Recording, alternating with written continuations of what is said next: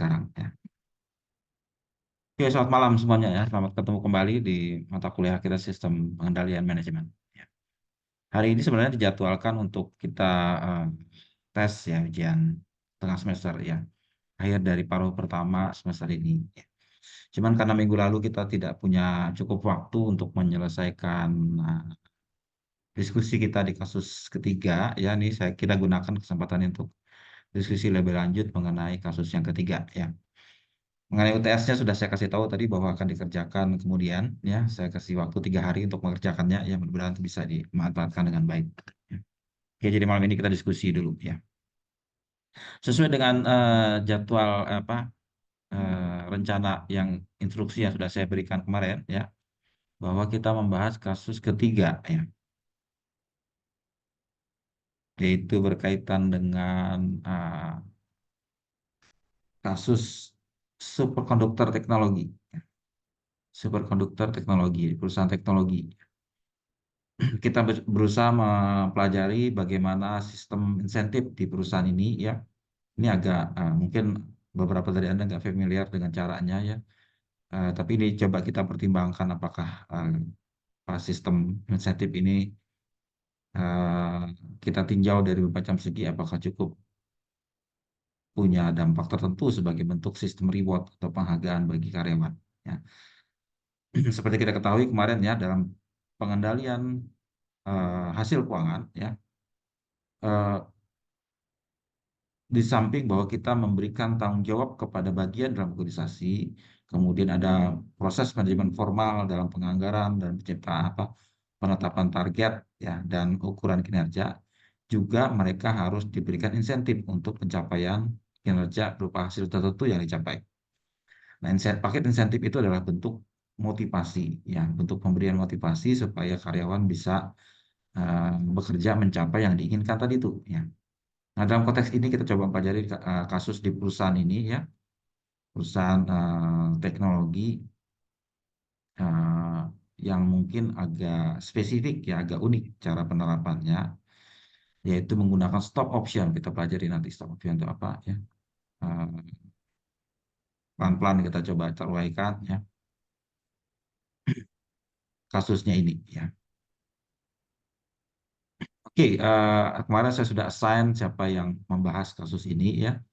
Untuk tahap pertama kita coba pelajari dulu kasusnya seperti apa. Silakan bagi teman-teman yang sudah diberikan porsi mengenai ini bisa menguraikan ini kasus ini tentang apa?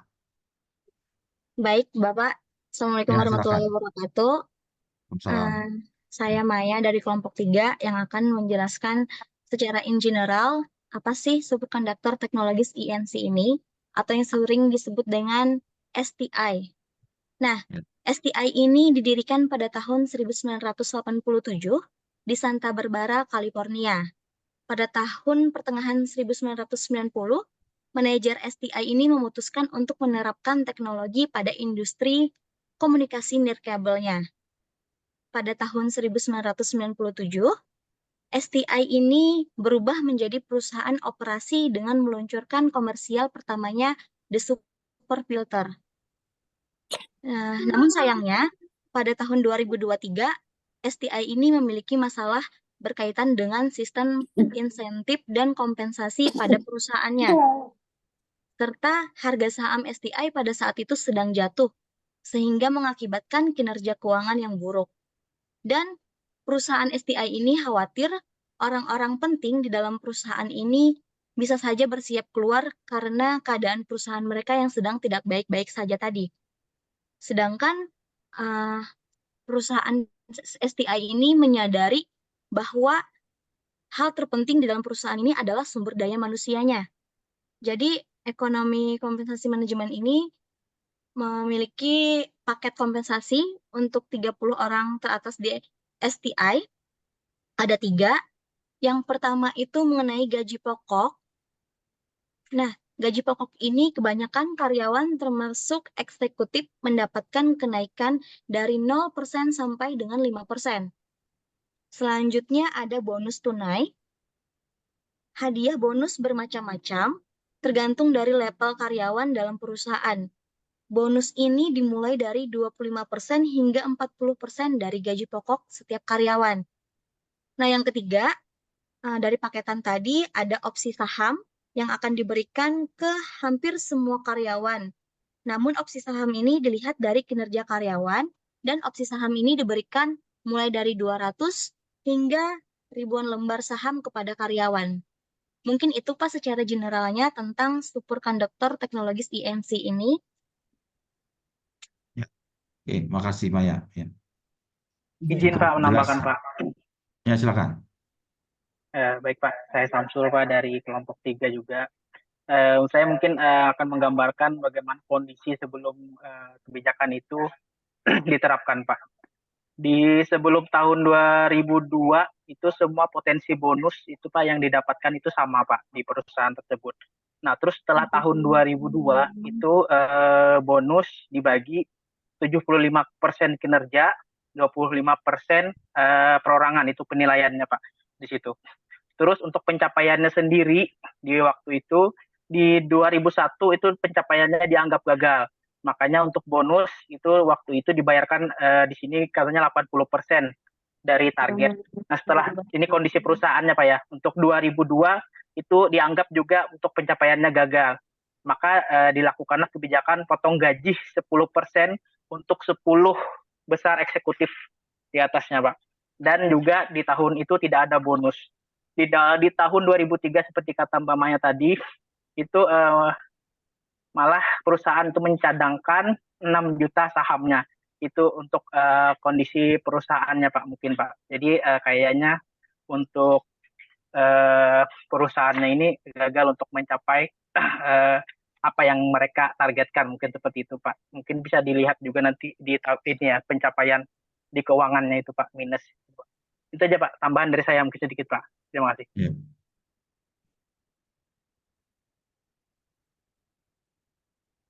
Mungkin diperjelas tabel 1 ini ya. Selain tadi basic salary ya, gaji pokok, ada cash bonus. Mungkin bisa dijelaskan cash bonusnya ini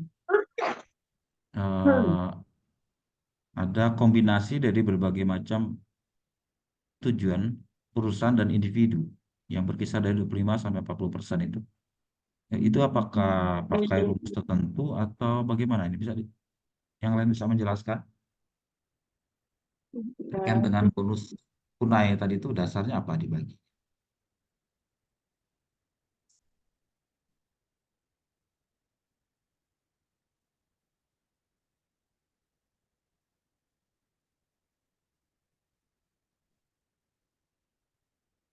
Sebelum tahun 2002, kata semua bonus didasarkan atas kinerja perusahaan keseluruhan. Ya.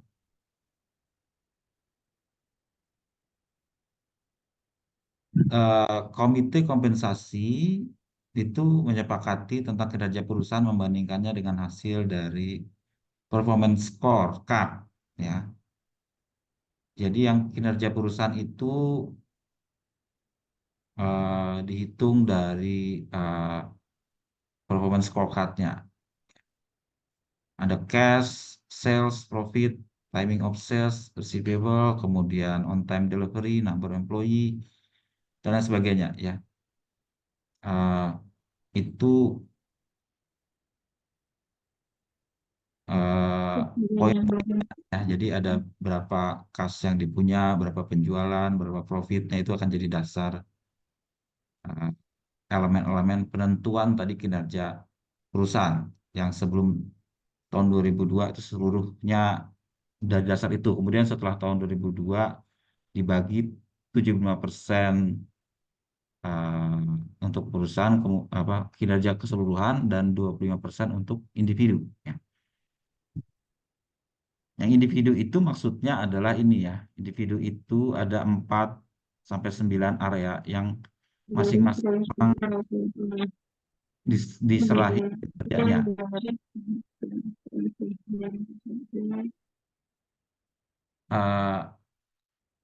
Contohnya yang ini kan tiap orang nggak sama ya. Contoh seperti mencapai milestone project tertentu ya.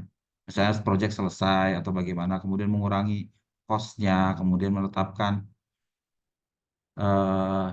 line of credit, ya, kemudian piutang dia itu bisa cepat dibayar sampai 28 hari, kemudian mempertahankan karyawan, kemudian menciptakan tempat kerja yang tidak ada eksiden, ya.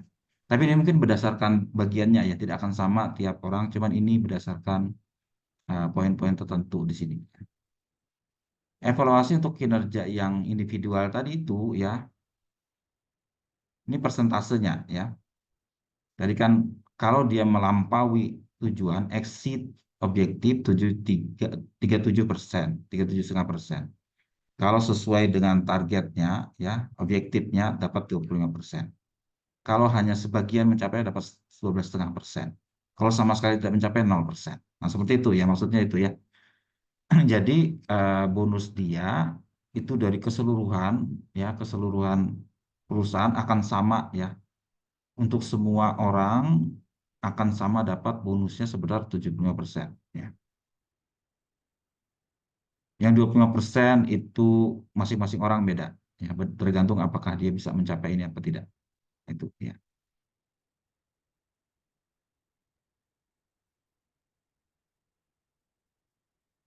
Nah, yang ketiga dia punya stock option. Stock option itu apa maksudnya? Dia diberikan pilih apa opsi ya. Opsi untuk dapat saham perusahaan, ya. Di sini dikatakan bahwa untuk karyawan level bawah itu diberikan ya tidak banyak, ya, hanya 200 lembar saham. Tapi kalau sampai level atas, ya, yang 30 orang itu level atas tadi itu bisa dapat sampai banyak sekali, ya. Eh, apa tujuannya memberikan stock option ini? Ini jelas eh, apa kira-kira, ya? Ada yang bisa tahu kenapa di samping kasih gaji pokok, kasih bonus, tapi ditambahi opsi saham juga. Jadi sahamnya dibagikan kepada karyawan. Kira-kira apa itu manfaatnya? Ada yang tahu? Pak, izin Pak menanggapi yang tadi. Ya, Opsi saham diberikan karena eh, saat ini kan kondisi perusahaan itu sedang tidak baik-baik saja. Maka pilihan ketiga itu adalah opsi saham diberikan sebagai bonus. Ini diharapkan ketika eh, pegawai diberikan eh, kepemilikan saham, maka diharapkan pegawai itu semakin ada rasa memiliki terhadap perusahaan tersebut. Jadi ada double impact eh, kepada karyawannya selain ada rasa memiliki terhadap perusahaan, maka dengan adanya rasa itu bisa semakin memicu karyawan untuk bisa bekerja dengan lebih baik lagi. Sementara itu sih Pak pendapat saya terkait dengan adanya opsi saham. ya, betul sekali, ya. Jadi kenapa saham diberikan itu terutama membuat apa yang dinamakan goal congruence, ya. Goal congruence itu kesamaan atau keselarasan antara tujuan pribadi dan tujuan perusahaan, ya. Kalau dia diberikan saham perusahaan, dengan otomatis karena dia juga punya kepentingan di situ, dia berusaha menciptakan agar saham dia itu naik, ya. Dengan membuat kinerjanya lebih bagus dan sebagainya. Jadi ada kesamaan antara tujuan dia memaksimalkan kekayaan dia pribadi dengan memaksimalkan kekayaan perusahaan, ya.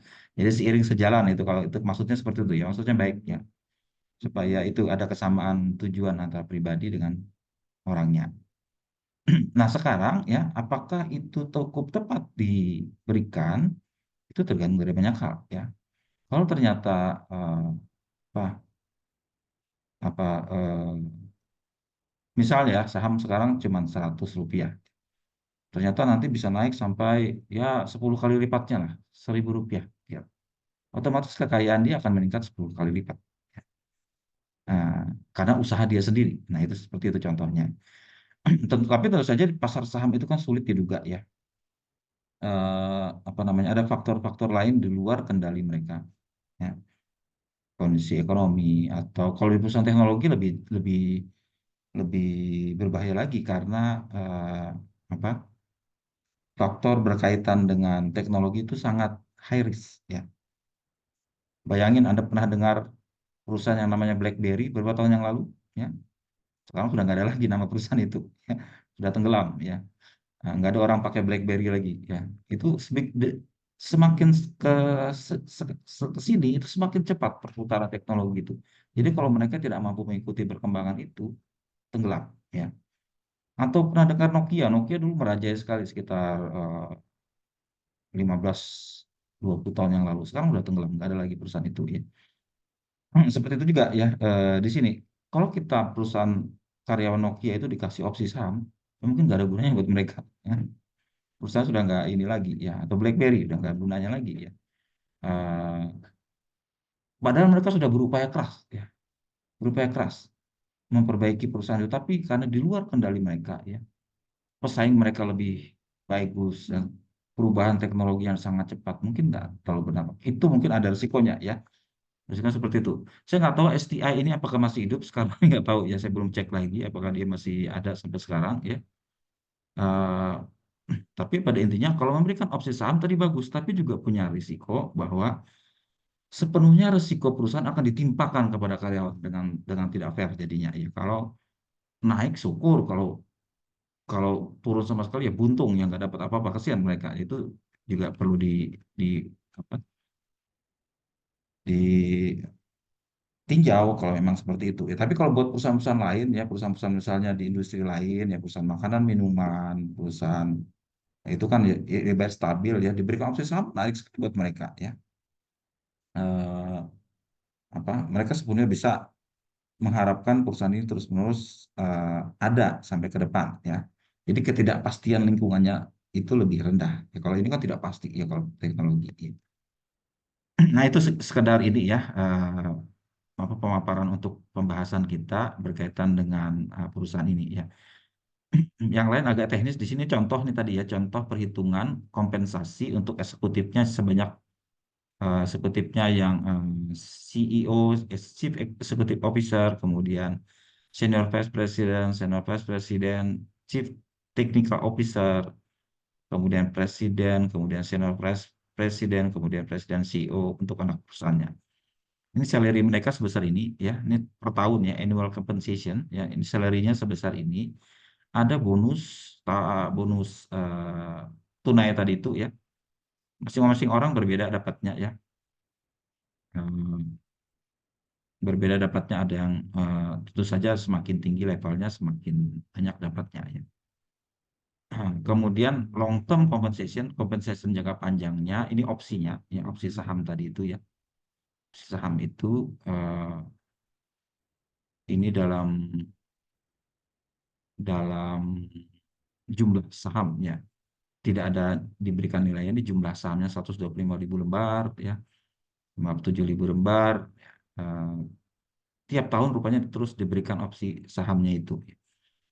Namanya opsi, boleh tidak diambil, ya. Boleh dia tidak uangkan itu atau tidak ambil itu, bisa jadi, ya. Ini opsi pilihan pada pada masing-masing, ya. Kemudian ada juga kompensasi lainnya. Kompensasi lainnya diberikan untuk di luar itu yang bersifat jangka panjang, long term compensation. Ini opsi yang diberikan kepada mereka, ya. Nah, exercise price itu maksudnya ini kan opsi. Ini boleh Anda ambil segini. Exercise itu saat dia mengambilnya itu mau dihargai pakai angka berapa, ya. Pakai harga berapa, ya. Misalnya Peter Thomas ini dia exercise price-nya $5,6 per lembarnya. Dia sudah apa ya, buat itu jadi nilai yang nyata sebesar 125.000 dikali 5,6 dolar per lembar sahamnya. Itu saat itu, ya kan. Tapi sebenarnya opsi ini tidak boleh terima dividen, tapi mereka berharap itu naik, harganya naik, ya. Nah, kalau itu harganya naik 5%, si Peter Thomas akan dapat uh, realizable value sebesar 385.000 dolar, ya. Kalau naik 10% dapat 950.000 dolar, ya. Itu jadi kalau naiknya segitu akan dapat segitu, ya. Ini karena tadi dikaitkan langsung kinerja perusahaan dengan nilai mereka, ya. Jadi ini seperti itu anunya. Nah, pertanyaannya ya asumsikan bahwa Anda dapat 1.000 lembar saham. Nilainya berapa? Gitu ya. Ini nilainya berapa? Pertanyaan pertama ini mungkin sederhana saja ya. Eh, Nilai itu biasanya melihat dari nilai pasar saat itu ya. Misalnya tadi Peter Thomas ngambil 5,5 itu pada tanggal 4 bulan Februari, harganya segitu ya diambil segitu ya, sesuai price-nya ya. Eh, kalau kalau anggaplah harganya 5 ya, kali tadi berapa, 1.000 ya, 1.000, tanyakan 1.000 tadi, 1.000 ya kali 5 ya 5.000 ya, 5.000 lah itu eh, nilai saham itu. Jadi kita diberikan 5.000 bonus itu ya. Dan itu 5.000 tidak fix ya, nanti akan naik sesuai dengan nilai sahamnya ya. Nah, apa? Ntar saya coba browsing. Ini perusahaan masih ada nggak ya? Sebentar. STI ini harga sahamnya.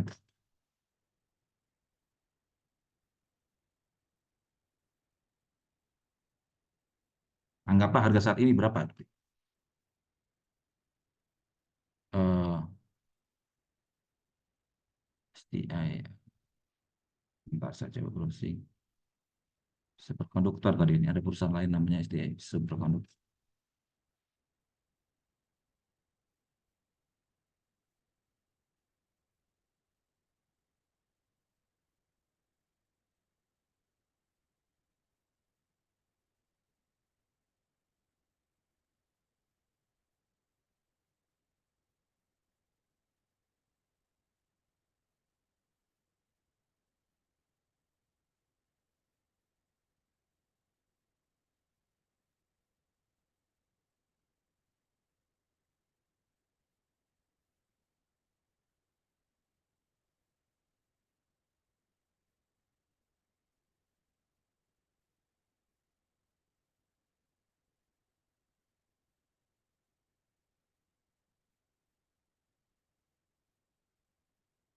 Ada ya. Teknologi.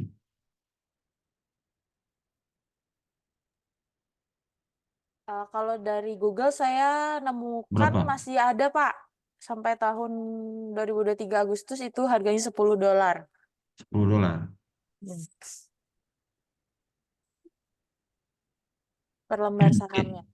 Ini waktu tahun berapa tuh masih $5 ya. Sekarang sudah 10 dolar ya. Anggaplah $10 ya. Anggaplah $10. Tapi kalau kita mau nilai ya, kita bisa pakai harga saham ya.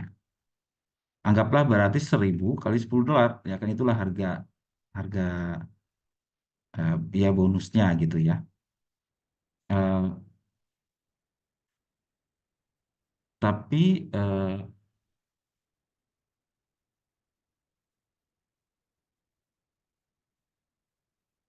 se, se, $10 kali 1.000 berarti ya 10.000 ya kan, 10.000 itu dianggap sebagai bonus.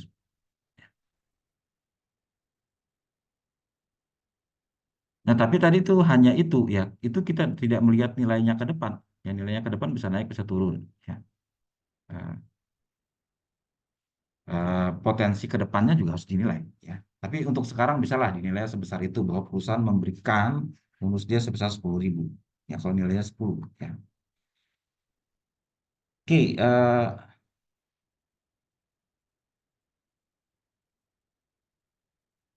yang kedua ya, apa tadi yang kedua?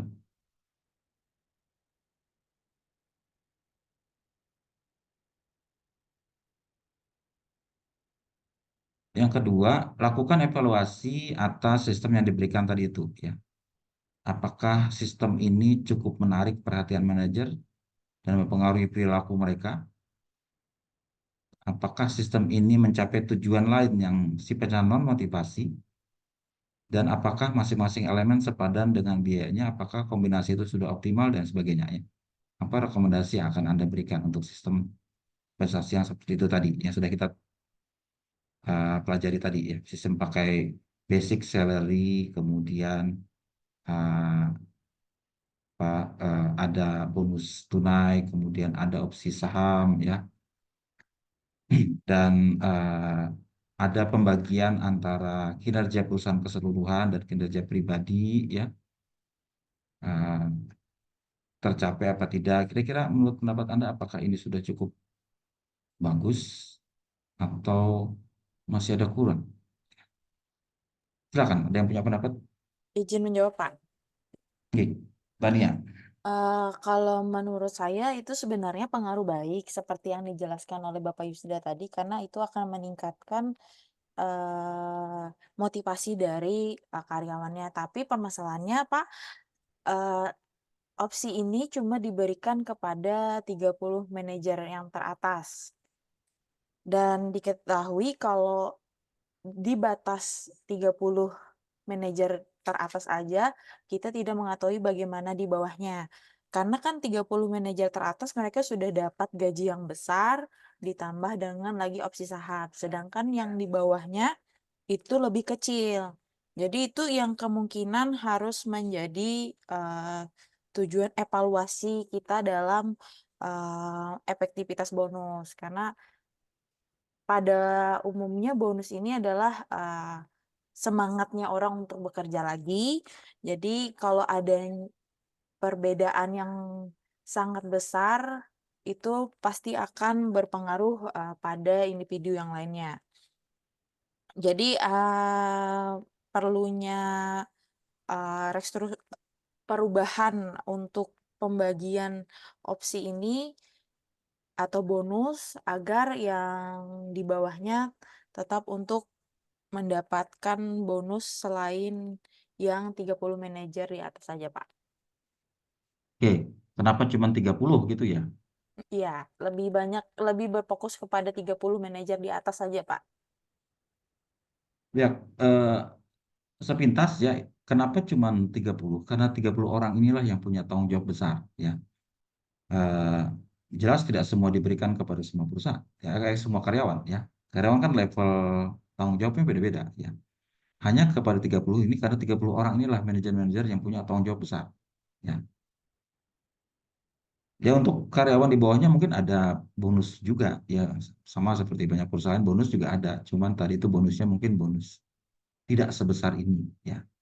Nah, memang tidak diuraikan di sini untuk level di bawahnya sebesar berapa. Cuman kita karena fokusnya di manajernya saja, fokusnya 30 orang ini aja ya. Eh, saya tidak menemukan berapa untuk level di bawahnya akan dapat berapa. Tapi saya yakin mereka punya ya. Cuman ini nggak jadi fokus pembahasan di kasus ini ya. Itu. Dan ini juga biasanya kita mengendalikan manajer. Ya. Kenapa dinamakan mata kuliah sistem pengendalian manajemen? Ya manajemen yang pegang posisi adalah manajer. Ya, fokusnya ke manajer. Ya.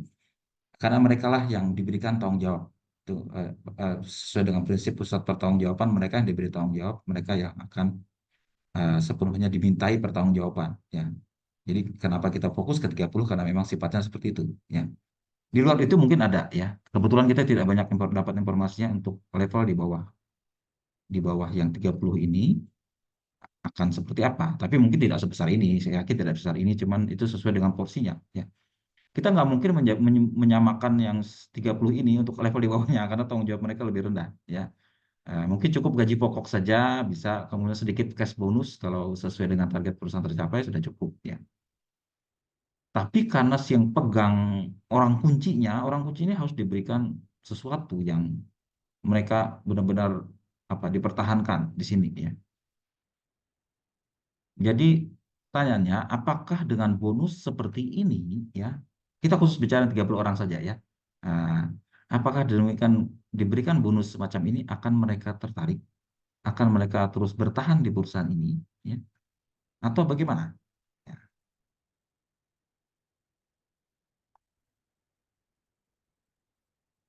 Seseorang akan tertarik biasanya karena ya tadi itu kalau paketnya menarik ya. Kemudian mampu dia capai ya.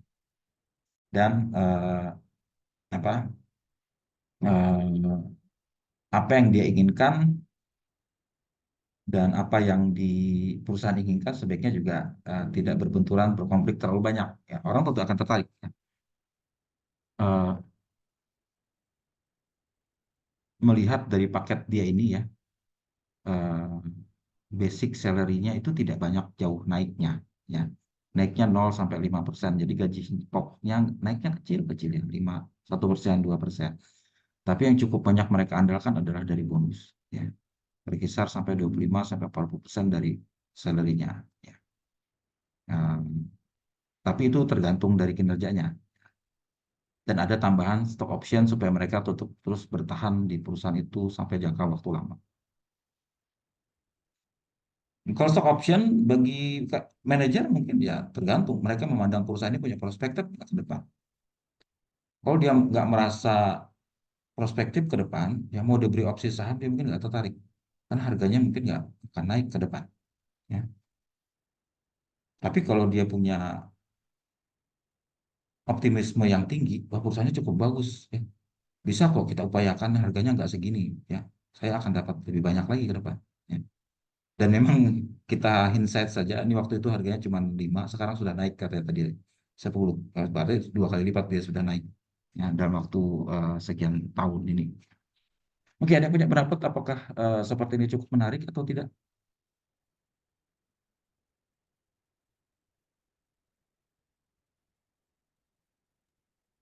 Izin Khususnya Pak, 30 ini aja, ya.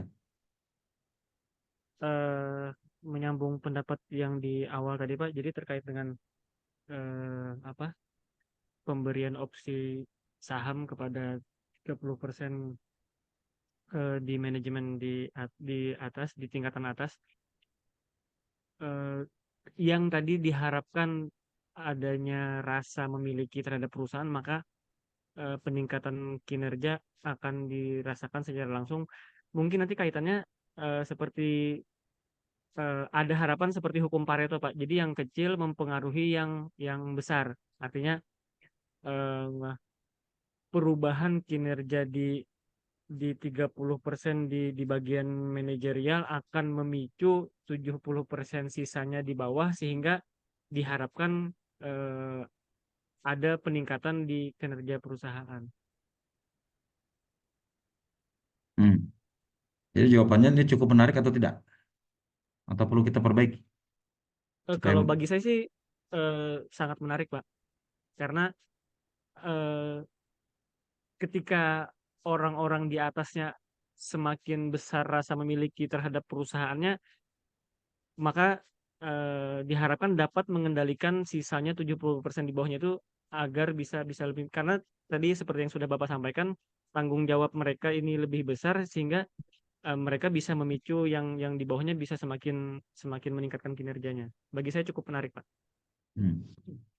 anggaplah perusahaan ini perusahaan startup yang lagi top di Indonesia, misalnya Gojek, Tokopedia, GoTo, ya. Anggaplah Anda eksekutif GoTo, ya. Diberikan paket kompensasi semacam ini. Anda diberikan saham perusahaan Gojek, Tokopedia, ya. Itu nggak tahu masa depan Gojek, Tokopedia seperti apa, ya. Atau Bukalapak, ya. Atau apa gitu ya. Diberikan opsi saham, ya. Situasi, kalau saya jadi manajer mereka, situasi saya agak-agak rawan, ya. Perusahaan saya masih, sahamnya masih bagus apa enggak ya, gitu. Eh, Saya kemarin sempat baca atau lihat berita ya, Shopee itu kan merajai di Asia Tenggara ya. Tapi sebenarnya harga saham sedang rontok di Singapura. Nah, kalau diberikan saham Shopee tiba-tiba rontok, saya nggak berani juga ini gimana ya. Karena tadi itu ya, tidak murni hasil saham itu hasil dari kinerja saya. Ada faktor-faktor eksternal yang di luar kendali saya yang juga ikut mempengaruhi. Nah, itu kan benar-benar rawan kalau buat kita ya. Apa namanya? eh, eh, Mungkin tidak memotivasi mereka, justru saya takut ya, diberikan semacam ini saya justru nggak dapat apa-apa. Ya kan, ada ketidakpastian yang cukup besar ya pada melekat pada perusahaan yang semacam ini ya, itu yang menyebabkan juga mungkin ada apa, eh, justru mereka takut diberikan semacam ini, siapa tahu loh ya, Saya aja kalau diberi saham Shopee atau Goto ya, mikir-mikir panjang, saya belinya jangan mikir panjang, apa yang dikasih. Ini kan dalam kasus ini dikasih ya kan, kasih sebagai bonus ya. Tapi kok eh, walaupun kita orang dalam ya, kita manajernya orang dalam, kita tahu persis isi perut perusahaannya seperti apa, termasuk prospeknya ke depan seperti apa. Kalau prospeknya bagus ke depan mungkin kita optimis, oke kita tahan di sini ya. Tapi kita sering mendengarkan eksekutif perusahaan justru keluar dan dia menjual sahamnya dan teruskan berhenti ya, menjual opsi sahamnya dan memutuskan berhenti dari perusahaan itu karena merasa dia ya prospeknya nggak akan bagus ke depan ya. Nah, walaupun di kasus ini dia menahan ya, tidak boleh me-exercise itu dalam waktu 10 tahun ke depan. Ya. Kalau dia keluar sekarang dia nggak dapat opsi itu. Ya. Itu karena memang sengaja diciptakan seperti itu. Dia bertahan 10 tahun ke depan, ya kan. Kalau dia keluar sekarang, opsi sahamnya angus. Ya, angus. Nah, seperti itu ya.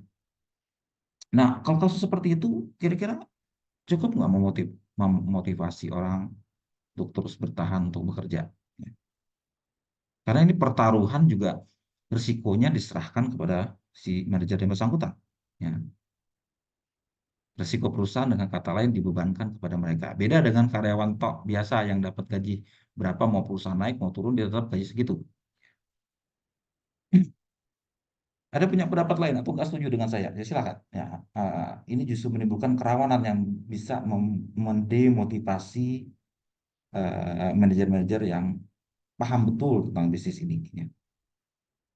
Sering kita mendengar berita akan perusahaan-perusahaan top justru eksekutifnya hilang, ya berhenti ya karena mereka mungkin ada perselisihan atau berbeda pandangan atau melihat strategi yang berbeda dan melihat strategi yang diambil oleh top manajemennya mungkin nggak membuat perusahaannya prospektif, biarnya keluar.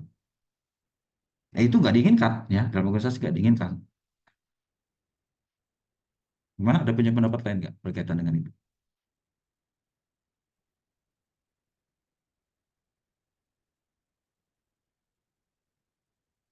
Izin Pak, Ya silakan. mungkin saya kembali ke pertanyaan tadi Pak. Bagaimana konstruksi pemberian bonus yang diberikan saat ini Pak? Menurut saya itu merupakan langkah yang cukup bagus Pak. Karena di sini sebelum tahun 2022 kan penerimaan presentasi bonus itu sama, tidak ada pembedaan untuk semua jabatan Pak. Tapi di sini kan top manager itu menyadari mungkin ada beberapa eksekutif yang bekerja lebih baik daripada yang lainnya, Pak. Jadi mereka memutuskan ada pembagian, ada selain dari bonus dari kinerja perusahaan juga ada bonus dari kinerja individu itu, Pak. Jadi yang Nah, jadi mungkin 75% itu jadi bagus gitu ya. jadi saya menekankan adanya pembagian selain dari kinerja perusahaan dan ada dari kinerja individu yang di sini sudah sangat baik diuraikan dari beberapa ada tabel evaluasi itu Pak, ada dari apabila melebihi tujuan, apabila sama dengan tujuan, apabila ada tujuan yang meleset sedikit dan ada yang tidak tercapai sama sekali Pak. Itu merupakan sudah komposisi yang sangat bagus Pak. Mungkin itu Pak sedikit. Ya, oke. Ya betul ya, kalau kita hanya membagi sama ya, sebelumnya itu bonus itu sama untuk semua berdasarkan target perusahaan. Jadi kalau mencapai target penjualan sebesar ini akan dapat pembagian sama semua. Sama semua beda ya, maksudnya gini, sekian persen dari gajinya sama semua gitu. Yang gajinya tinggi tentu saja dapat banyak, tapi kan porsinya sama untuk. Tapi itu terus terang memang tidak memotivasi semua dapat ya. Saya juga kerja keras, teman saya nggak kerja keras dapatnya sama, ya kan? Ya nggak bagus itu ya, karena tidak sesuai dengan kontribusi masing-masing orang. Akhirnya dibikinlah 75-25. Walaupun 75-25 ini juga masih debatable ya. Kenapa 75 enggak? Kenapa enggak sekalian saja 50-50, 50-50 atau balik 25-75 ya kan? Eh, kenapa harus 75-25 itu kan juga perlu dicari tahu ya kan? Eh, kita ingat di kasus yang minggu lalu kita bahas itu bukan 75-25 ya. Seingat saya porsi terbesar itu justru individunya, ya. Eh, eh, yang kasus apa ini? Friendswood kalau nggak salah ya, yang kita bahas minggu lalu itu ada pembagian yang berbeda dengan ini. Ya. Nah, 75 itu mungkin masih terlalu besar ya. Hanya 25% saja untuk individu ya yang hmm, apa? Yang 25% itu ditentukan dari apa pencapaian ini masing-masing target individu masing-masing orang ya. Walaupun di sini nggak dijelaskan ini apakah target individu ini cukup sinkron nggak dengan tujuan perusahaan keseluruhan ya. Harusnya ya penetapan indikator kinerja key performance indicator itu harus dikaitkan dengan tujuan perusahaan. Yang turun dari atas tujuan perusahaan ini dipecah ke level di bawahnya lagi, di ke bawahnya lagi di bawah. Jadi akan ada sinkronisasi seperti itu ya. Eh, jadi akhirnya akan sama-sama mencapai tujuan bersama. Seseorang yang mencapai kinerja bagus di sisi dia otomatis akan membantu pencapaian keseluruhan ya. Jadi porsi yang 75 itu adalah hasil kerja bersama. Yang 25% hasil kerja sendiri ya. Bisa jadi ya yang rajin dan bagus dapat hasil banyak, yang sedikit atau tidak berkontribusi banyak tadi itu ada yang sampai mendapatkan 0% ya. Tapi efeknya jadi terlalu kecil ya kan, hanya 25% saja loh, 25% saja dari eh, keseluruhan. Ya mungkin kalau 25% itu mungkin tidak kelihatan bedanya terlalu jauh ya kan. Nah, itu mungkin perlu kita tinjau lagi yang 25/75 ini dasarnya apa? Bisa kita ganti dengan 50-50, 50-50 kah? Atau justru dibalik ya. 25/75 misalnya. Tergantung dari kondisinya. Dan kita belum tahu lagi apakah ini sinkron dengan atau kongruens dengan tujuan perusahaan keseluruhan yang dikenakan ke masing-masing manajer tersebut. Ya.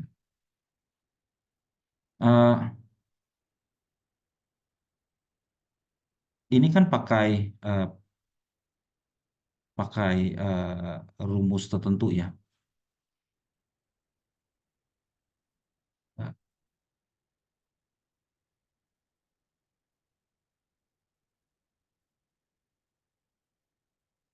karena di sini ada juga aspek subjektivitas. Kemarin minggu lalu kita bahas ya ada subjektivitas ya. Ada aspek tertentu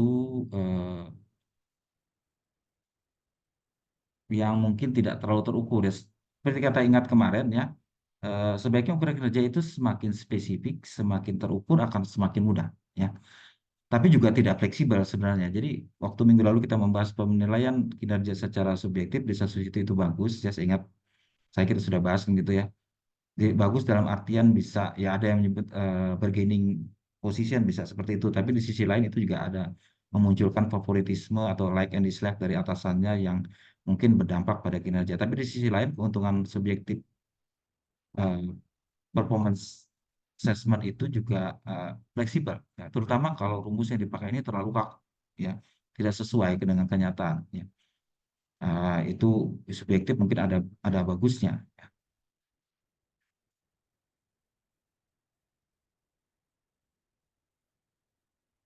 Itu ya yang bisa kita evaluasi seperti itu bahwa cara dia mengukur tadi itu ya.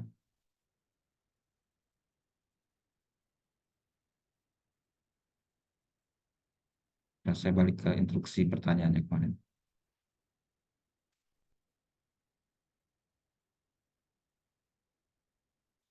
Sistem ini mungkin menarik perhatian ya karena tidak akan membuat masing-masing kontribusi orang manajer itu cukup kelihatan, tapi tadi itu mungkin tidak cukup besar porsinya ya 75% mungkin tidak cukup besar ya. Kemudian kedua yang B itu apakah sistem ini mencapai tujuan lain selain motivasi? Ya. Selain memancing motivasi mereka berprestasi, tujuan lain adalah karena dia memberikan paket opsi itu sebenarnya menarik ya. Menarik bahwa kalau perusahaan itu dianggap prospektif ke depan ya, itu jelas menarik. Kalau kita jadi eksekutif Apple misalnya, Apple kebetulan perusahaan yang top, dikasih opsi begini walaupun opsinya kecil saja itu sangat menarik luar biasa karena Apple itu kan harga sahamnya mahal mahal sekali ya, dan itu punya perspektif ke depan ya. Eh, tapi kalau perusahaan teknologi yang lain ya pikir-pikir kita apakah itu cukup prospektif atau tidak ke depannya. Tapi ini sebenarnya punya tujuan lain ya, mempertahankan orang supaya tidak pergi. Tetap yang manajer-manajer yang baik tadi itu tidak pergi ya. Membuat paket kompensasinya menarik dibanding perusahaan lain. Itu tujuan seperti itu. Maka diberikan opsi saham tadi itu ya. Dan opsi saham itu sengaja dirancang mereka tidak cepat berhenti. 10 tahun ke depan mereka harus bersama perusahaan. Kalau sebelum 10 tahun mau keluar hilang semua angus. Ya, itu kan tujuan lain adalah mempertahankan manajer yang berprestasi tidak akan pergi ke tempat lain ya. Terus ada juga ditanyakan apakah masing-masing elemen itu sepadan dengan biayanya. Apakah kita memberikan saham tadi itu apa bonus cash bonus sebesar itu cukup memadai nggak dibanding apa yang kita dapat? Perusahaan membayar sebesar itu ya, sebesar apakah cukup sepadan? Ya, sepadan itu antara apa yang diperoleh dengan apa yang dibayarkan perusahaan itu cukup sesuai. Ya. Di sini kan 25-40% ya. Coba kita lihat komposisi ini ya. Ya perlu diingat ya perusahaan tidak pernah untung dari sejak berdiri ya. Dia selalu mengalami rugi ya, minus ya. Tapi dia berani tetap membayar bonus tinggi kepada karyawannya ya. Apakah ini sepadan ya? Perusahaan masih rugi loh. Nggak tahu sekarang posisinya untung apa enggak ya. Eh, sama seperti perusahaan teknologi seperti Gojek saya yakin nggak pernah untung sejak dia berdiri sampai sekarang ya. Dulu bahkan di awal-awal dia bakar uang ya supaya di tahap-tahap awal kan perlu gencar mempromosikan ya, bakar uang, kasih bonus segala macam ya. Sampai sekarang saya kalau Anda cek laporan keuangannya masih rugi ya. Jadi tidak antara pendapatan dengan bebannya tidak sesuai ya. Ini perusahaan teknologi kebanyakan seperti itu. Tapi mereka tetap membayar itu tinggi, luar biasa ya. Nah, coba kita lihat di sini ya.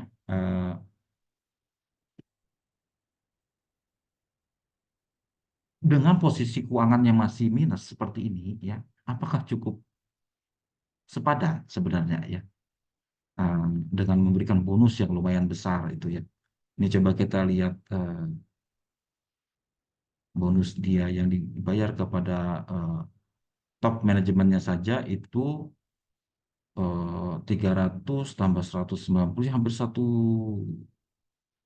juta dolar ya setahunnya 1 juta dolar. Belum dikasih stock option. Stock option itu kan tidak keluar dari pembukuan perusahaan sebenarnya. Stock option itu eh, tidak berbiaya apapun. Itu hanya kerelaan si pemilik perusahaan saja membagi kepada karyawan. Ya. Jadi itu tidak memakan ongkos banyak kalau stock option. Ya. Satu sisi stock option itu cukup cost efektif, ya tidak mengeluarkan cost banyak, hanya kesediaan pemilik membagi saham dia kepada si manajernya. Ya. Tapi kalau cash bonus, ya cash bonus itu cukup memakan biaya. Ya. Di sini nggak kelihatan bonus dia itu, kalau dia punya ini komponen yang agak besar itu di selling itu 18 dolar 18 juta dolar setiap tahun. Di tahun 2002 18 dolar itu biaya umum dan administrasi termasuk biaya gaji ya kan. Itu sudah termasuk bonus. Jadi 18 ini ya sementara di satu sisi dia pendapatannya 22, cost dia 18 ya. Ketambahan dengan biaya lain-lain ya akhirnya dia minus. Cukup besar ya. Jadi sebenarnya memakan ongkos yang dalam tanda kutip tidak sepadan ya. Besar sekali ongkos dia untuk membayar eksekutifnya itu ya. Tapi mungkin perusahaan tidak hanya melihat ke situ saja, dia melihat ke depannya seperti apa. Oke lah kita makan ongkos banyak ya. Tapi ke depannya kita akan prospek seperti apa. Terbukti perusahaan ini masih hidup sampai sekarang. Ya, berarti dia punya daya tahan yang luar biasa dalam hal keunggulan teknologinya. Ya. Nah, itu ya. Jadi apa? Stock option mungkin sepadan ya. Tapi bonus ini ya relatif ya. Relatif. Kita tidak melihat dari angka absolutnya, tapi mungkin melihat dari dampaknya ya. Dampaknya secara umum dalam jangka panjang ya. Tanpa kita memberikan bonus jelas nggak menarik sebenarnya ya. Kita tidak punya efek motivasi. Jadi melihat sepadan tidaknya itu, melihat dari potensi apa yang kita peroleh ke depan, ya. Tidak melihat kondisi sekarang, ya. Oke, kita berikan bonus sebesar sebegini, ya. Tapi kita mengharapkan mereka juga menghasilkan kinerja yang, coba kalau misalnya dia mencapai kinerja yang melampaui target atau objektif, ya, kita membayar dia 37,5%, ya, untuk pencapaian yang melewati target. Ya, target umumnya lebih baik dari sekarang, ya kan? Dengan 37,5% itu, ya, ya apa namanya? Dengan rasio, saya tidak membuat hitungan di sini ya, dengan rasio yang eh, apa 18 itu kan macam-macam, kita anggap sekitar 2 juta dolar ya. Itu untuk gaji mereka ini ditambah sekitar karena kenaikan untuk bonus yang ini sekitar maksimumnya 40% ya, 40%. Antara 25 sampai 40% ya. Jadi kalau 2 juta dolar sekitar 500.000 lagi ditambahkan sebagai bonus ya. Tapi kalau tujuan mereka tercapai ya, target-target tercapai mungkin ya sepadan saja ya. Itu kita perlu berhitung semacam itu ya. Ini kebetulan tidak disajikan secara utuh berapa apa cost-nya untuk gaji ya. Tapi kita bisa berhitung dari situ dulu. Apakah 40% kenaikan 40% bonus dari gaji itu cukup memadai atau tidak ya. Tapi di sisi itu juga jangan terlalu agresif karena perusahaan masih dalam kondisi tidak untung, ya rugi ya. Ini kondisinya masih minus ya. eh, Tidak rugi, ya tidak untung. Jadi tidak dalam posisi cukup sehat untuk memberikan bonus yang terlalu lebih ya. Bisa jadi ya bonus itu dikurangi tapi opsi saham ditambah, bisa jadi seperti itu ya. Ya. Itu ya berkaitan dengan nomor 2-nya ya. Kemudian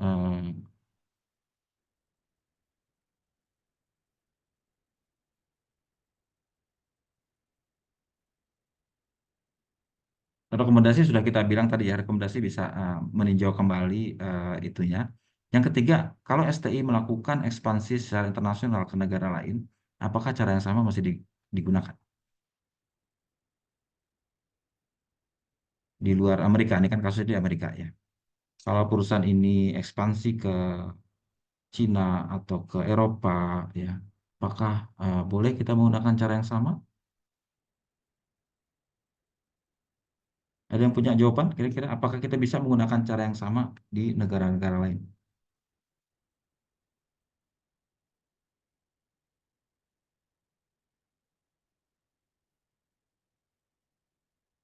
Ini kan perusahaan Amerika ya.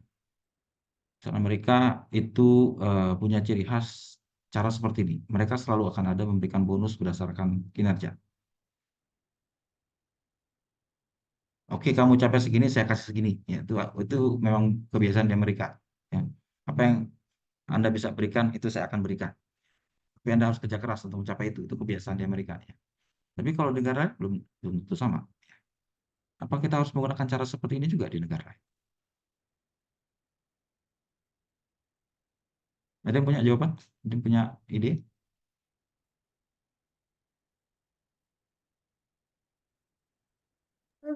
Apakah kita perlu menyesuaikan? Izin Pak, Ya, silakan. sedikit Pak memberikan pendapat. Artinya memang sebagian besar negara mungkin apabila diberlakukan dengan hal yang sama itu cukup berhasil. Sepertinya di Indonesia juga banyak perusahaan-perusahaan itu menggunakan sistem yang seperti itu. Jadi eh, itu lumayan berhasil seperti kalau di Indonesia, Pak. Namun tetap kalau misalnya mau disamaratakan dengan seluruh negara mungkin tidak bisa, Pak, karena memang kembali lagi ada budaya-budaya tertentu di masing-masing negara yang tidak bisa menggunakan sistem tersebut. Mungkin harus mengikuti beberapa aturan dari budaya di negara tersebut, Pak. Oke, ya, makasih. Jadi belum tentu sama, Bu, ya, harus disesuaikan dengan kondisi lokal. Ada punya pendapat lain?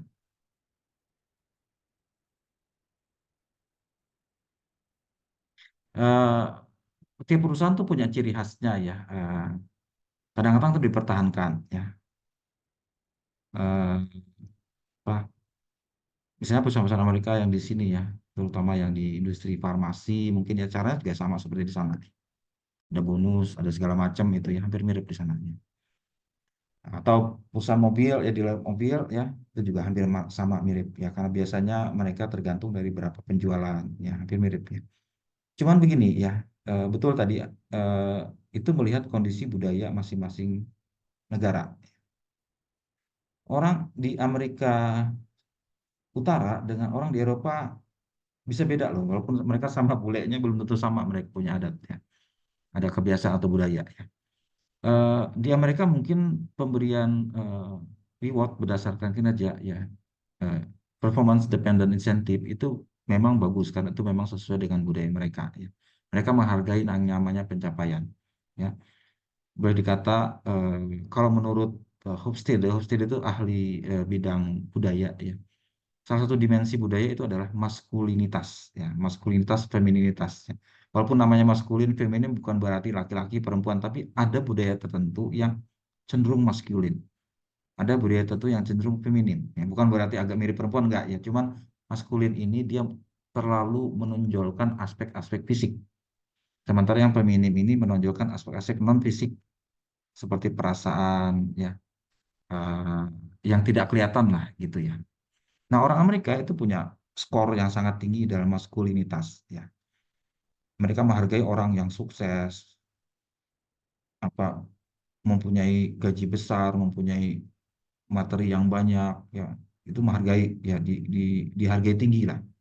Tapi orang di Eropa Utara, ya, Eropa Utara seperti di negara-negara Skandinavia, ya, di eh, Swedia, Denmark, Norwegia, Finland, kemudian seperti di Eropa Utara juga di Belanda, Jerman bagian utara itu mereka beda, ya, mereka lebih feminim dalam artian mereka nggak mementingkan yang sifatnya dunia fisik tapi ketenangan jiwa, ya. Ada di kasus lain, saya kebetulan tidak berikan kasus lain itu, Toyota di Amerika, ya, dengan dealer Toyota di Eropa menggunakan cara Amerika nggak main di Eropa Utara, ya. Mereka menggunakan cara bonus insentif seperti ini berdasarkan kinerja, ternyata nggak meningkatkan kinerja mereka. Mereka nggak suka ditarget seperti itu, ya. Jadi terlalu gila bekerja, workaholic bukan cara yang bagus buat menikmati hidup, kata mereka, ya. Makanya orang-orang dari Eropa Utara itu kan suka orangnya santai, ya, eh, work balance, ya, antara bekerja dengan kehidupan rumah tangga, kehidupan pribadi itu balance. Gak mau mereka kerja lembur terlalu banyak, ya kan. Mereka lebih suka jalan-jalan, traveling, ya kan. Bahkan mereka dianggap sebagai negara-negara yang paling bahagia sedunia karena mereka tidak mementingkan hal yang fisik terlalu. Mereka sudah kaya sebenarnya, ya, cuman tidak terlalu ngoyo, tidak terlalu ini seperti orang Amerika. Yang membuat Amerika itu bukan negara paling bahagia di dunia karena mereka terlalu terpaku pada yang sifatnya seperti itu. Kalau di negara itu nggak main karena nggak berlaku, ya, karena mereka diberikan target tinggi, nggak akan membuat kinerja mereka tambah tinggi, ya. Selain karena aspek budaya, aspek lain adalah kalau uang mereka bertambah banyak, pajak mereka tambah banyak karena pajaknya berbeda, ya. Kalau pajak di Amerika dengan pajak di Eropa Utara itu beda, ya. Di Amerika itu kalau Partai Republik yang berkuasa itu mereka nggak suka pajak terlalu tinggi, pajak ditekan serendah mungkin, dan tidak di sana tidak ada apa welfare state atau kebijakan pemerintah seperti kita di BPJS itu nggak ada kalau di Amerika ya. Kalau orang mau asuransi kesehatan mereka harus bayar sendiri, negara tidak akan bayarin ya. Tapi di Eropa Utara umumnya mereka punya konsep welfare state ya. Eh, semua ongkos itu dibayari negara dari kesehatan, pendidikan segala macam free ya. Tapi duitnya dari mana? Dari pajak. Pajak harus dinaiki tinggi. Kalau menjadi orang yang banyak duit, pajaknya juga tinggi di sana. Ya buat apa katanya? Saya punya uang banyak-banyak, saya bayar pajaknya terlalu banyak, mending sedang-sedang aja. Nah gitu. Jadi tidak ada motivasi bagi mereka untuk apa mengejar target terlalu tinggi yang mereka tidak mampu menikmati. Selain itu juga membuat pajak mereka yang harus dibayar terlalu tinggi. Nah, itu juga aspek lain ya. Di Belanda juga hampir mirip seperti itu ya. Nah, jadi penerapan yang sama nggak mungkin nggak berlaku di sana ya. Mereka pakai basic salary yang cukup memadai saja, udah cukup buat mereka. Mungkin ada tambahan sedikit-sedikit cukup, tapi tidak sampai besar ya. Sampai 40-50% itu nggak sebesar itu ya. Cukup mereka diberikan basic salary yang cukup untuk hidup layak, kemudian ditambah sedikit penghargaan yang sifatnya tidak moneter terlalu banyak, mereka mau seperti itu ya. Ada kasus yang di bagian lain di buku ini tapi kita tidak sempat bahas di sini ya, ada kasus seperti itu ya. Nah, di Indonesia gimana? Di Indonesia ini masih campur-campur ya. Orang kita ya masih cari uang, ya diberikan bonus banyak senang saja ya kan. Jadi masih mengikuti pola di Amerika tidak masalah ya. Dan kita nggak punya pajaknya setinggi di Eropa ya. Kemudian dalam dalam ukuran tadi maskulinitas feminitas kita berada di tengah kebetulan ya, tidak ke arah sana tidak ke arah sana, tengah-tengah saja ya. Eh, ya orang Indonesia ini kan apa suka yang sedang-sedang saja ya kan, jadi penggunaan insentif itu juga sedang-sedang saja ya. Kita ditarget bisa saja bekerja ya, bahkan perlu orang Indonesia harus ditarget ya. Kalau tidak ditarget mereka suka-suka saja kerjanya, tetap harus ada target ya, tapi yang tidak terlalu besar sifatnya karena apa yang cukup membuat mereka termotivasi sudah cukup ya kan. Jadi menggunakan cara yang sama di Indonesia memang cukup bisa digunakan ya. Sama di negara Asia umumnya di Cina, di Jepang, di Korea itu juga sama seperti itu. Jadi masih masih bisa.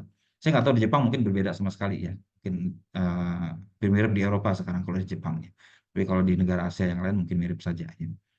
Jadi itu bisa disesuaikan ya. Cara seperti ini mungkin bisa disesuaikan, tapi harus menyesuaikan dengan konsep lokal tempat. Kalau dibawa ke Eropa mungkin tidak terlalu sukses, disesuaikan saja. Kita tidak mengenakan bonus terlalu tinggi, cuman basic salary-nya yang diperbesar. Ya. Basic salary-nya mungkin nggak sebesar itu, tapi agak naik sedikit, tapi bonusnya diperkecil. Ya, seperti itu. Ya. Kalau di Indonesia di sini basic salary kan menyesuaikan dengan angka rupiah, mungkin tidak terlalu sebesar di negara maju, tapi basic salary-nya memadai lah. Makanya perusahaan-perusahaan multinasional kalau di Indonesia kan punya gaji yang lumayan tinggi, karena dia memakai ukuran mereka di sana dikurangi sedikit, tambah supaya efek memotivasi ada bonusnya yang diberikan, seperti itu. Ya. Uh, Tapi kalau buat perusahaan lokal, maksudnya perusahaan Indonesia juga, ya itu ya cara yang sama bisa dipakai, ya kan? Tetap kita menggunakan cara yang sama harus ada apa tunjangan atau bonus berdasarkan kinerja. Dimanapun juga tetap ada, ya. Cuman porsi besarnya mungkin tergantung dari kondisi setempat. Ya. Ya itu ya Mohon izin Pak, pembahasan. Oke. mohon izin Pak. Sedikit Pak, mau mungkin menambahkan Pak. Mungkin semua itu kembali ke perusahaannya ya Pak, jika ingin berekspansi secara internasional tadi. Apabila perusahaannya itu tidak ingin menyesuaikan, misalkan mau tetap seperti yang sudah ada, mungkin nanti akan diperkuat di evaluasinya mungkin Pak ya. Misalkan cocok apa tidak mungkin pada saat itu diterapkan di sana. Tapi apabila perusahaan mau menyesuaikan dengan tempat misalkan di mana perusahaan tersebut ingin berekspansi, mungkin yang diperkuat mungkin penelitian pasarnya sama kayak kata Bapak tadi kan, dicek dulu di sana budayanya seperti apa, mungkin seperti itu Pak ya, apabila ingin berekspansi di internasional. Dan juga menarik sih Pak, pengalaman sedikit Pak, yang kata Bapak di Indonesia itu fleksibel Pak. Saya hampir menemui hampir semua budaya bonus yang berbeda-beda sih Pak. Di waktu itu pernah di pembiayaan dan lain-lain. Waktu itu saya pernah pertama itu masuk itu hanya dikasih duit bensin, tapi bonus itu berdasarkan pencapaian itu Pak, tapi persentasenya lebih tinggi Pak. Dan setelah itu naik dapat gaji pokok, bonusnya agak kecil. Tetapi beban kerjanya bertambah. Nah, terus ada juga yang per 3 bulan, ada juga mungkin di Indonesia ada, mungkin entah di luar negeri ada juga nggak yang per 3 bulan. Yang tahu saya per tahun mungkin kayak gitu Pak ya penilaiannya itu. Nah kalau di Indonesia juga pernah juga yang per 3 bulan dapat, per tahun tidak dapat. Tapi terakhir pernah juga dapat 3 bulan, per 3 bulan dapat, yang per tahun dapat. Jadi kayaknya eh, sangat fleksibel sih Pak kalau di Indonesia ini Pak, benar kata Iya. Bapak tadi. Hampir semua metode kayaknya pernah saya rasakan sih Pak untuk bonus, berbeda-beda sih Pak, bingung juga. Untuk Iya. memastikan yang mana budaya yang pas. Kayaknya semuanya pas saja, tetapi besaran nilainya mungkin perusahaan bermain di situ mungkin Pak. Itu sih Pak pendapat dari saya. Ya. Ya, tentang besaran berapa yang tetap ya, berapa yang variabel ya. Tetap itu kan gaji pokok ya. Berapa yang variabel itu juga memperhatikan ketercapaiannya ya. Kalau dikasih gaji terlalu kecil ya, mencapainya itu agak susah, kesian karyawannya ya kan. Misalnya menjual itu hanya laku segini, ya dihitung kira-kira standar yang biasa tercapaian itu berapa supaya mereka dapat gaji yang layak lah gitu ya. Kalau ternyata gaji pokoknya 1 juta ya, anggaplah seperti itu ya, di bawah UMR 1 juta. Kemudian bonus insentifnya tiap dia berhasil, eh, kalau kondisi sedang saja sekitar 1 juta dapatnya, misalnya seperti itu ya. Ya total jadi 2 juta. Itu kan masih belum layak sebenarnya. Angka yang layak itu kan UMR di kalau saya ingat 3.400.000 kalau nggak salah ya. Eh, Sebaiknya perusahaan berusaha mencapai ya segitu juga dapatnya, tapi apa namanya tapi idealnya kan basicnya tuh harus setara UMR ya 3,4 misalnya ya. Baru setelah itu dulu ditambahin. Harusnya yang pemerintah maunya seperti itu. Kalau upah minimum itu kan minimum, bukan variabelnya dikaitkan dengan minimum. Nah, itu yang kasihan karyawannya ya. Walaupun ya tentu saja perusahaan ada yang tidak mampu membayar sebesar itu ya. Ada kemungkinan jadi ada di variabelkan, tapi sebaiknya jangan ya. Itu buruk buat karyawannya. Karena tadi saya pernah cerita juga kan, ada pernah karyawan yang mengeluh waktu kita mengalami pandemi kemarin hampir nggak dapat apa-apa, bonusnya tidak ada. Ya kami hanya makan gaji saja. Nah kalau gajinya cuma 1 juta, apa ini makan cuma 1 juta saja, nggak cukup, nggak layak gitu ya. Nah sebisa mungkin yang jadi gaji pokok itu cukup memadai ya, buat level di bawah loh ya, cukup memadai untuk hidup ya. Mereka akan dapat lebih kalau mereka bisa berprestasi lebih banyak. Di atas itulah yang akan mereka dapatkan. Seperti itu. Nah, walaupun ya bos-bos kebanyakan pelit ya kan ya, ya seitu aja tentunya ya kan, cuma kesian gitu loh. Kita kan juga harus mensejahterakan karyawan sebenarnya ya. Eh, Apa namanya? eh, Dalam kenyataan ya memang dalam prakteknya mungkin tidak semua perusahaan menerapkan UMR sebesar itu. Ya. Oke, itu. Tapi memang harus kita sepakati bahwa kita mengaitkan insentif itu dengan kerja itu sebenarnya wajib. Jadi manapun harus ya. Karena manusia itu kalau tidak dipancing, tidak mau bekerja rajin ya, maklum aja itu ya. Cuma seberapa besar tarafnya, seberapa besar tingkatnya, itu harus disesuaikan. Pertama dari kemampuan orang bersangkutan. Kemudian dari seberapa besar kendali dia. Jangan sampai kita memberikan target itu tidak fair. Kalau dia ternyata tidak mampu mencapainya atau di luar kendali dia, itu jelas tidak fair, ya kan? Misalnya menjual satu barang itu bukan hanya usaha dia, tapi banyak hal ya, itu apa juga harus dipertimbangkan. Itu namanya prinsip controllability. Dia punya kontrol atau kendali untuk melakukan itu, ya. Kalau dia tidak bisa mengendalikan sepenuhnya, jangan ditimpakan semua ke dia. Kalau tidak berhasil, nah itu tidak fair namanya. Makanya tiap pekerjaan harus dianalisis betul-betul ya. Kira-kira seberapa jauh, seberapa banyak dia punya kendali terhadap kesuksesan pekerjaan yang ditangani itu juga yang harus diberikan insentif yang fair atas itu. Mungkin apa ya tidak sebesar itu atau mungkin tidak sekecil itu, disesuaikan dengan kondisi dia. Itulah seninya ya, menerapkan bagaimana kita berusaha mencari sistem paket insentif yang cukup menarik untuk memotivasi. Sekaligus di sisi lain juga motivasi ini juga harus dihubungkan apakah dia membantu pencapaian target perusahaan atau tidak. Ya. Nah kembali ke kasus ini, saya lupa sebentar ya.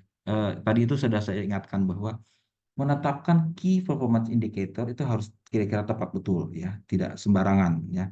Dan itu harus dipecah ke bawah ke masing-masing unit di bawah pertanggungjawabannya masing-masing, dan itu harus sinkron naik ke atas sehingga tujuan perusahaan tercapai keseluruhan ya. Itu harus disusun dengan rapi ya. Ada satu perusahaan yang saya pikir bagus cara dia menerapkannya itu ya. Jadi dia bikin target perusahaan keseluruhan seperti ini, dipecah ke masing-masing fungsional di bawahnya ya. Kemudian dipecah lagi ke tingkat kepala departemen, tingkat lagi kepala bagian di bawahnya, dipecah lagi. Jadi yang target yang 100 untuk satu unit itu akan dibagi-bagi. Jadi kalau ini tidak mencapai segini, keseluruhan kita tidak mencapai segini. Mana yang ternyata tidak berkontribusi bagus untuk pencapaian keseluruhan bisa ketahuan. Ada pohonnya gitu, ada pohonnya. Sehingga key performance indicator itu bisa ditelusuri satu-satu. Nah, itu ideal ya. Walaupun tergantung jenis industri, kalau industri dia itu mudah ditelusuri. Ini dari sini ke sini, ini dari sini ke sini, mudah ditelusurinya. Oke, itu ya untuk kasus yang kita bahas hari ini ya. Ada komentar lebih lanjut sebelum kita akhiri?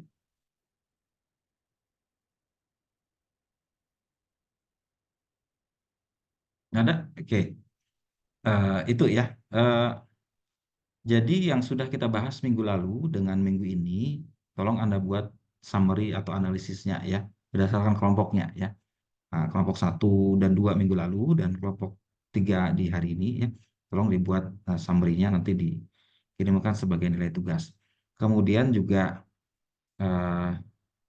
UTS-nya sudah dilihat ya di Google Classroom, bisa dicek ya. Tolong dikerjakan. Saya tidak minta dikumpulkan hari ini, tapi saya kasih waktu 3 hari, cukup ringan ya. Nanti dikumpul di hari Senin malam ya.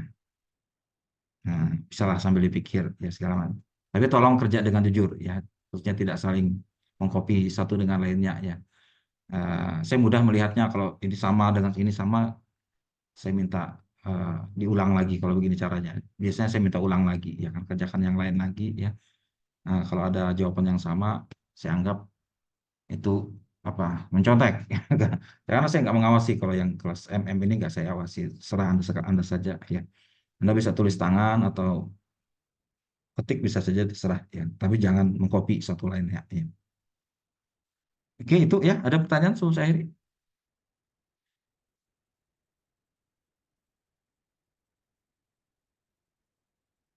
Tidak ada? Oke ya. Saya pikir cukup itu ya. Tolong dikerjakan UTS-nya, saya tunggu nanti ya. Nanti saya periksa, kalau ada kurang-kurang nanti saya akan hubungi. Kalau nilainya kurang akan saya minta mengerjakan tambahan atau bagaimana ya kan. Tolong yang kasus ini juga dikerjakan buat nilai tugasnya ya. Kemudian kalau nilai kurang saya akan berikan feedback kalau ternyata kurang, tidak mencapai targetnya. Kalau MM kan minimal nilai itu harus B. Ya kalau di bawah B terpaksa saya suruh ulang. Ya, maksudnya saya ulang ini, saya suruh tugas tambahan atau bagaimana, kita mengerjakan ulang sehingga nilainya bisa naik lagi. Karena saya hubungi kalau memang ada yang kurang. Ya.